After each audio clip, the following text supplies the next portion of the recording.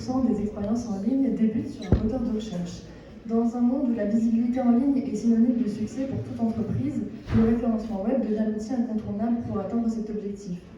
Aujourd'hui, nous explorons en profondeur comment l'optimisation du SEO, SEA et le SXO peut transformer l'expérience client. Avant d'entrer dans le cœur du sujet, définissons ce qu'est le SEM. On peut le définir comme étant un ensemble de méthodes permettant d'améliorer la visibilité d'un site web sur les moteurs de recherche en travaillant sur différents éléments tels que les mots-clés, la structure du site et les liens entrants, dans le but d'obtenir un meilleur positionnement dans les résultats de recherche, selon l'Agence nationale de la sécurité des systèmes. Cette stratégie marketing englobe diverses techniques telles que le SEO, SEA, SXO, l'ASO et le SMO. Le SEO s'attache à optimiser les sites web pour une meilleure position dans les résultats de recherche naturelle. En complément, le SEA intervient avec des annonces payantes pour augmenter la visibilité dans les résultats de recherche. Pour améliorer l'expérience de l'utilisateur sur tous les canaux numériques, le SXO ou Search Experience Optimization est crucial. De plus, l'ASO ou App Store Optimization se concentre spécifiquement sur la visibilité des applications mobiles dans les App Stores. Et enfin, le SMO ou Social Media Optimization vise à renforcer la présence et l'engagement d'une marque sur les réseaux sociaux.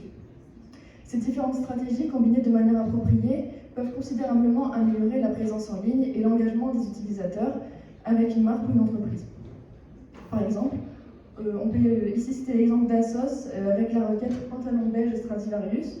On remarque que grâce à une stratégie de référencement marketing efficace, Asos se retrouve en très bonne position juste derrière Stradivarius et très loin devant son principal concurrent, Zalando. En ce qui concerne notre étude sur les éléments influençant la motivation d'achat en ligne, nous nous sommes plongés dans un article scientifique de 2022 qui analyse en profondeur les facteurs influents ces décisions, qui donc s'appelle le Purchase Intention through Search Engine Marketing. Cette étude utilise un modèle en 4 étapes pour explorer les mécanismes sous-jacents qui guident les comportements d'achat des utilisateurs. Le modèle conceptuel utilisé dans cet article repose sur des équations mathématiques qui décrivent l'impact des variables externes et internes sur la décision d'achat en ligne. Plusieurs variables sont alors examinées, telles que la pertinence perçue, les habitudes, l'interactivité, l'informativité, les attentes de performance, la motivation hédonique et l'intention d'achat. En outre, l'article établit 10 hypothèses entre les variables exogènes et endogènes. Ces hypothèses fournissent un cadre solide pour comprendre les relations complexes entre les différents aspects du processus d'achat en ligne. Pour valider ces hypothèses, les chercheurs ont conçu une étude quantitative, donc un questionnaire de 32 questions liées aux facteurs externes et internes. Ce questionnaire a été administré à des répondants anonymisés, permettant ainsi de collecter des données pertinentes pour l'analyse. Enfin, dans le cadre de notre exploration du SEM, nous avons eu l'opportunité d'interviewer François Guérard, un traffic manager chez Meilleurtaux avec plus de 6 années d'expérience dans le domaine. François nous a apporté une expertise précieuse, en particulier en ce qui concerne le Search Engine Advertising. Grâce à ses connaissances approfondies et à son expérience, François nous a offert des insights et des conseils pratiques sur l'optimisation des campagnes publicitaires en ligne, soulignant l'importance de l'adaptabilité et de l'analyse des données dans un paysage numérique en constante évolution. Après avoir expliqué nos différentes sources d'informations, revenons désormais à l'essence de notre analyse de recherche. Nous nous sommes posé la problématique suivante, donc dans quelle mesure l'optimisation de la stratégie de référencement marketing, donc ici le SEO et le SEA, ainsi que l'expérience utilisateur, permettent-elles d'améliorer l'expérience client. Nous structurons notre exposé autour de 2 axes majeurs, l'optimisation du SEM pour la visibilité et la pertinence, et enfin l'amélioration de l'expérience client grâce au SEM.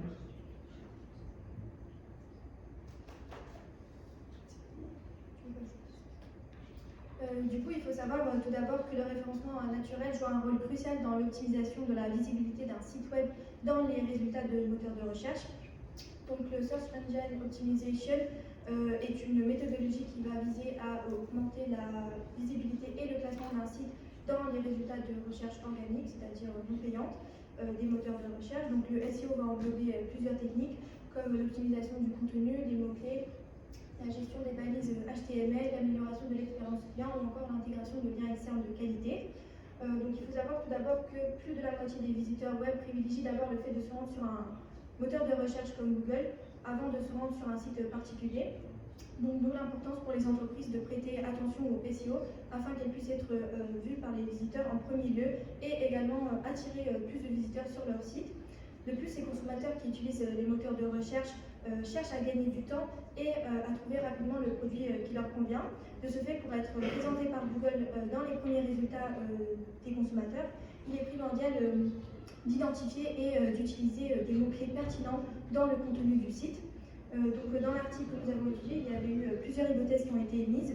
Parmi celles qui étaient validées, il y a le fait que l'interactivité du SEM, ici elle a été définie comme son influence sur la conscience, la perception et les comportements des consommateurs. Elle a une influence positive sur la motivation hédonique, qui elle également a une influence positive sur l'intention d'achat. L'autre hypothèse validée, elle a été sur l'informativité. Donc elle avait un impact négatif sur l'intention d'achat si les informations fournies n'étaient pas qualitatives. Donc ici, l'objectif pour les entreprises va être de maintenir un niveau élevé d'interactivité et également d'informativité sur les moteurs de recherche à l'aide d'un SEO optimisé qui va mettre en avant des produits pertinents, mais également qui va fournir des informations de qualité que les clients sont susceptibles de rechercher afin de répondre aux attentes du marché et des consommateurs. Donc pour savoir comment les entreprises peuvent mettre cela en place, le professionnel François Guérard nous a donné plusieurs éléments utiles. Je vais passer à la vidéo.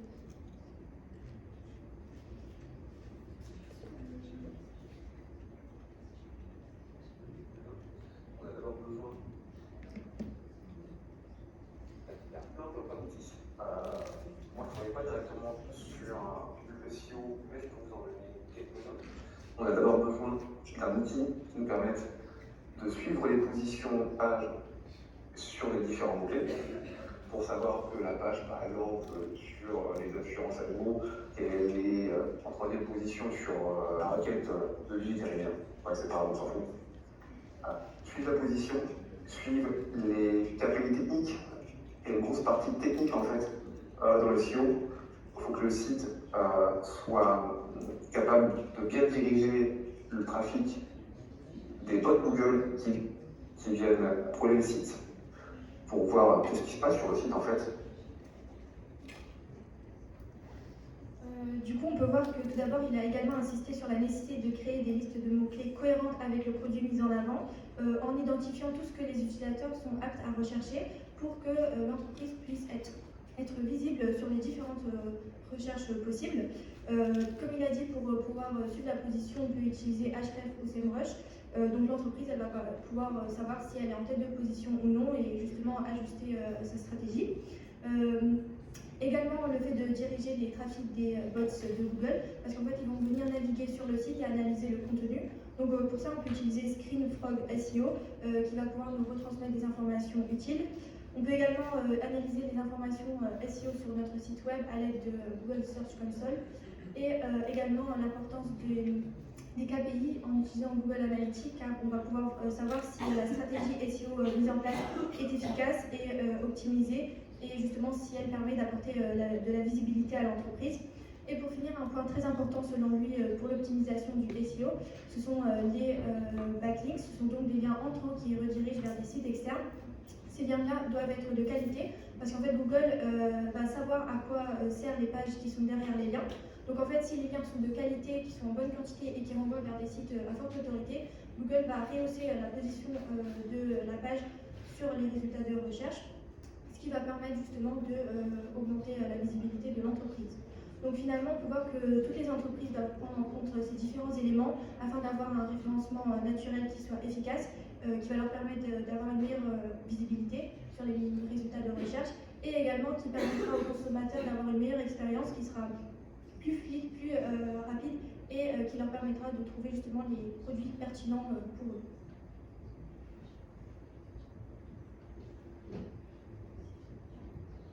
Donc pour améliorer le référencement web, les entreprises peuvent également utiliser le SEA, donc la méthode du Search Engine Advertising, qui est une méthode qui implique de réaliser de la publicité en ligne en achetant des espaces publicitaires. Donc on affiche directement les annonces payantes dans les résultats de recherche. C'est une méthode qui est utilisée notamment pour les annonceurs dans l'objectif non seulement de booster leur visibilité, mais également d'avoir accès à de plus grandes possibilités en termes de ciblage. Donc pour ce faire, ils vont utiliser par exemple l'outil Google Ads, qui propose divers outils qui permettent aux marques de cibler les utilisateurs les plus susceptibles d'être intéressés par les produits ou encore des utilisateurs à la recherche de produits spécifiques en leur affichant des annonces pertinentes dans les résultats en fonction de leur recherche. Donc cette méthode, elle permet d'avoir des résultats plus rapides, presque immédiats, comparé au SEO. Donc au SEO qui demande plus de temps, plus d'investissement et de la régularité. Donc on a l'avantage de la rapidité, cependant, elle nécessite d'avoir un budget et d'investir afin de maximiser les retours sur investissement. Ainsi, dans l'article scientifique, l'une des hypothèses validées, donc l'hypothèse H2, explique ou en tout cas confirme que les consommateurs ont tendance à acheter ce que Google promeut, car ces derniers estiment que ces annonces sont un gage de notoriété, d'autorité, de qualité, et elles sont généralement, comme elles sont recommandées par Google, elles sont reconnues, d'où leur apparition en première place. Donc pour en savoir plus sur le fonctionnement du SIA, son impact et la manière dont il faut l'utiliser pour obtenir des publicités efficaces, nous avons interrogé notre professionnel. Et sa méthode pour structurer les campagnes SIA consiste à définir les types d'intentions des utilisateurs en fonction de ce qu'ils recherchent. Par exemple, ils peuvent rechercher un service par rapport à son prix ou alors être à la recherche d'un devis. Et cette méthode permet d'identifier ce que les gens cherchent et pourquoi. Donc grâce à cela, il sera en mesure d'utiliser les bons mots-clés et de proposer surtout la bonne publicité au bon moment et à la bonne personne. Donc nous pouvons ainsi confirmer ces propos à travers l'extrait suivant. Le choix des mots-clés. Je vais essayer de trouver toutes les manières d'appeler mon produit. Est-ce que pour une assurance auto, comment est-ce qu'on peut appeler ça? Un devis assurance auto, une assurance auto pas chère, etc. etc. Je vais classer ces mots-clés par rapport aux intentions des utilisateurs. Est-ce que c'est une personne qui cherche un devis? Est-ce que c'est une personne qui cherche à s'informer? Ou en est cette personne dans son parcours? Pour faire en sorte que les mots-clés que je définis soient bien accordés avec les annonces. Donc en ce qui concerne la manière de concevoir les campagnes, il a évoqué l'utilisation de mots-clés pertinents et ciblés. Donc pour sélectionner les mots-clés, il est nécessaire, dans un premier temps, d'essayer de trouver toutes les manières dont on peut appeler le produit pour qu'il puisse apparaître dans l'ensemble des recherches qui y sont concernées. Donc ces mots doivent être classés et cibler les intentions des utilisateurs. Et il nous a également expliqué qu'il fallait faire la différence entre les requêtes, parce que si dans les mots-clés, il inclut par exemple le terme assurance auto, il ne sera placé que sur les requêtes qui contiennent ce terme. Or ici, l'objectif c'est d'être placé sur plusieurs requêtes. Donc pour cela, il a conseillé l'outil Google Ads, couplé à l'IA, qui va permettre de deviner les intentions des utilisateurs. Et ainsi, on peut déterminer si ce que nous avons mis dans l'outil correspond aux différentes requêtes.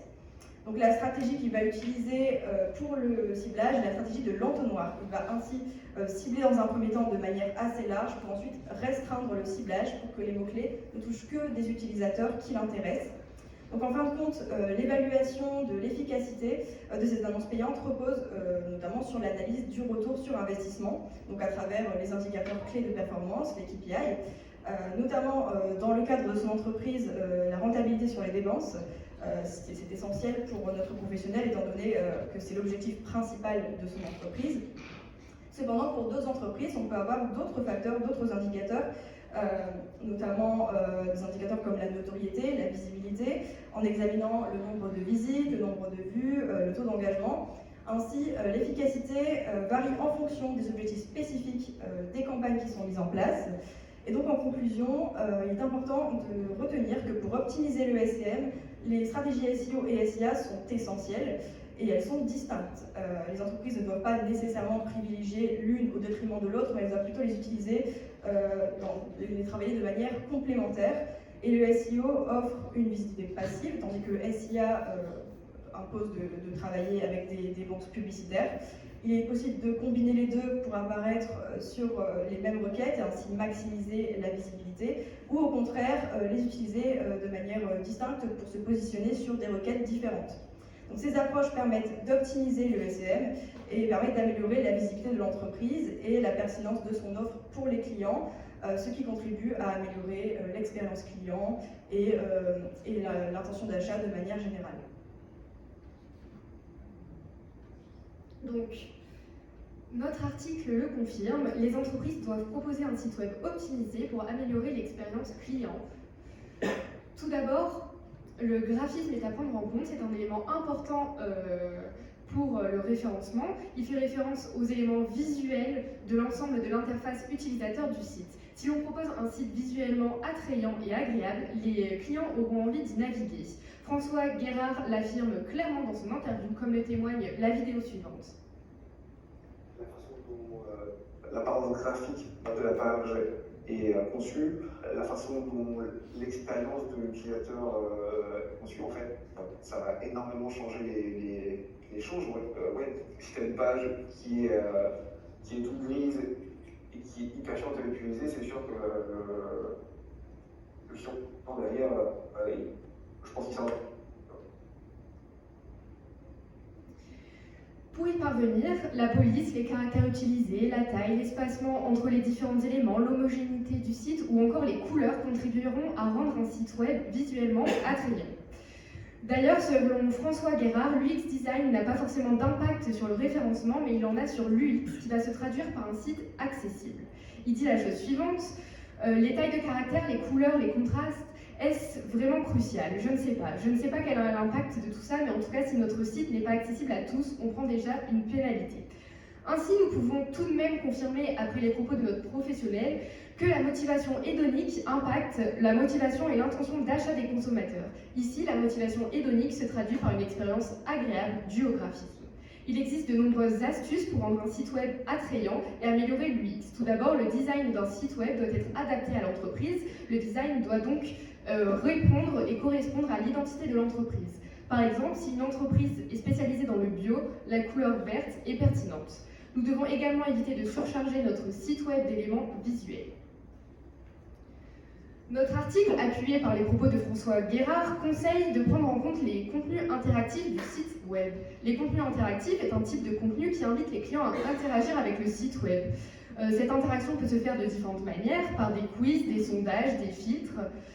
Comme exemple de site web misant sur l'interactivité, nous pouvons citer TripAdvisor. Sur ce site, le client doit interagir avec la plateforme en indiquant le type d'hébergement qu'il recherche, les activités qu'il recherche, etc.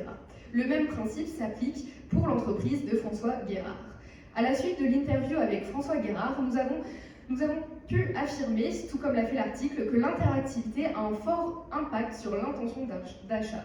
Ainsi, nous pouvons valider l'hypothèse selon laquelle l'utilisation interactive du SEM a une corrélation positive significative avec l'intention d'achat. En effet, le contenu interactif permet aux clients de simuler leur motivation d'achat et donc leur intention d'achat. Proposer des campagnes de SEO personnalisées est également un gage de bonne expérience client, comme le démontre notre article. Pour personnaliser le contenu, il faut segmenter les clients, les classer par groupe en fonction de différents critères comme la démographie, leur panier moyen, etc. Toutefois, selon François Guérard, il est judicieux de procéder selon le principe de l'entonnoir, comme l'a expliqué Soleil. Pour personnaliser le contenu en matière de référencement, on peut procéder de différentes manières. Tout d'abord, il faut mettre en avant les intérêts des clients sur le site afin qu'ils aient le sentiment que leur expérience est personnalisée. Par exemple, pour l'entreprise de François Guérard, qui est basée sur les assurances, l'une des choses primordiales à mettre en avant serait la sécurité et la confiance. Cette technique donnera aux clients le sentiment d'être écoutés et permettra de créer une connexion personnalisée entre l'entreprise et ses clients. La mise à disposition d'une FAQ sur un site web répond aussi aux besoins de personnalisation des clients. Les clients qui cherchent une réponse précise à l'une de leurs questions peuvent consulter la FAQ. De cette manière, ils obtiennent une réponse personnalisée à leurs propres problèmes. Toutes ces personnalisations vont permettre aux clients d'avoir l'impression d'être là où ils voudraient l'être. Et François Guérard le dit clairement lors de son interview, c'est important qu'ils aient l'impression, en tout cas, qu'ils sont là où ils devraient être. Cet élément du SEO répond à de nombreuses hypothèses de notre article, notamment l'hypothèse selon laquelle la pertinence perçue de l'utilisation du SEM a une influence significative sur l'attente des performances et ainsi l'intention d'achat. Alors passons à présent sur l'importance de la réactivité des entreprises aux attentes des utilisateurs et de leur gestion, de leur perception et au fait que cela implique une compréhension plus approfondie des outils et des éléments analytiques. De ce fait, l'expérience client est indissociable de la capacité à anticiper et à répondre efficacement aux attentes numériques des utilisateurs. Ainsi, optimiser une interface utilisateur intuitive et des éléments pertinents sont des atouts incontestables. tout comme le classement des résultats de recherche qui donne plus ou moins de crédibilité aux yeux des consommateurs.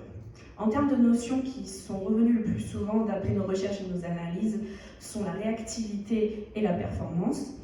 Des notions qui se définissent par le fait que les consommateurs perçoivent le SIM comme un outil d'amélioration de la productivité en leur offrant des informations pertinentes qui leur permettent de gagner du temps et d'accroître en efficacité. Ce qui fait écho aux hypothèses 3 et 5 de la revue scientifique de littérature, un constat qui permet de valider comme quoi le SIM influe sur le comportement des consommateurs par des interactivités et l'espérance des performances de la part des utilisateurs. De plus, il est essentiel de comprendre les avantages et les inconvénients que les consommateurs perçoivent de SIM,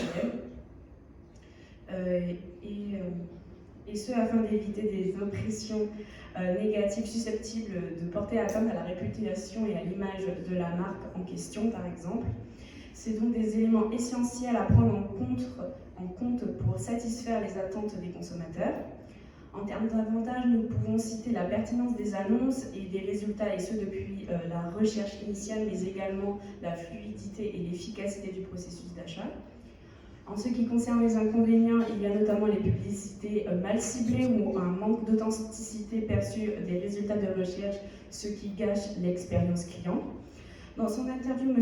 Guérard a une nouvelle fois mis l'accent sur la nécessité d'aligner des annonces avec les besoins réels des utilisateurs. La question qui se pose maintenant est comment concilier ces aspects d'avantages et d'inconvénients. Tout d'abord, par une segmentation et un ciblage précis. Le SIM doit être au service de l'utilisateur en lui présentant des annonces pertinentes. Par ailleurs, les notions de conscience et de transparence en termes de gestion des données des utilisateurs doivent être une priorité pour les entreprises afin de garantir confiance et fidélité aux consommateurs. François Guérard a également souligné l'importance de la conformité aux lois et notamment celle du marché numérique, comme récemment avec celle du Digital Market Act. C'est une loi qui contraint les grandes plateformes à obtenir le consentement de ses utilisateurs pour l'utilisation des données personnelles. Et enfin, bien que le parcours client n'est pas lié au SIM, ce dernier joue un rôle important dans l'expérience client et il doit être optimisé pour compléter efficacement les stratégies de SIM. Alors, pour mieux comprendre la perception de référencement web par les consommateurs, nous vous avons sélectionné un passage de l'interview que nous avons réalisé avec notre expert. Ce dernier nous partage son point de vue sur la manière dont le public identifie et réagit aux efforts de positionnement des entreprises sur le web et aux annonces payantes. Les gens ne conçoivent pas qu'il y a du travail derrière pour faire en sorte qu'une page soit positionnée à telle ou telle place. Je pense par contre que toutes les publicités payantes, que la plupart des gens soit n'ont pas conscience effectivement que c'est une publicité payante, soit ça les embête, puisqu'effectivement c'est des publicités, c'est pas le contenu qu'on leur a proposé. Je trouve que pour ma part, la plupart des publicités payantes sont parfois plus pertinentes que les résultats de recherche. Pour conclure, donc l'intégration efficace du SIM combinant à la fois le référencement naturel et la publicité en ligne constitue un levier stratégique pour les entreprises. En optimisant leur visibilité sur les moteurs de recherche, elles peuvent mieux répondre aux attentes des consommateurs, améliorer leur expérience en ligne et influencer positivement leur intention d'achat. Cette approche, lorsqu'elle est accompagnée d'une analyse approfondie de la concurrence et d'une attention particulière à la pertinence des contenus proposés, offre un moyen efficace de se démarquer dans un environnement numérique très concurrentiel. Toutefois, avec l'émergence des moteurs de recherche spécialisés comme Ecosia par exemple, qui ciblent spécifiquement les utilisateurs engagés dans des valeurs écologiques, on peut se poser donc la question suivante. Dans quelle mesure les facteurs influençant l'attention d'achat diffèrent-ils entre les utilisateurs de ces moteurs de recherche que ceux des moteurs de recherche généralistes tels que Google? Merci beaucoup de nous avoir écoutés.